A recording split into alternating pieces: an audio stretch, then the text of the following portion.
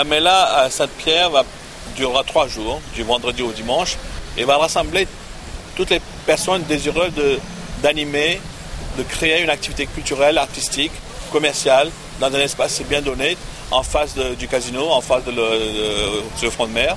Donc le but c'est de valoriser, d'encourager les personnes qui essaient de faire un commerce, une économie entre nos deux pays, l'Inde et la Réunion.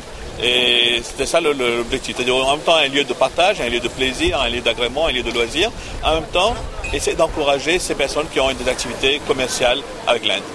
Alors justement, vous faites partie du groupe interreligieux à l'île de la Réunion.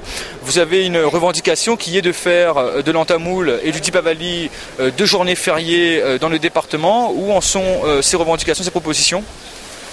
C'est un long processus où déjà la population aussi elle doit s'accaparer de cette revendication qui ne doit pas être uniquement associative.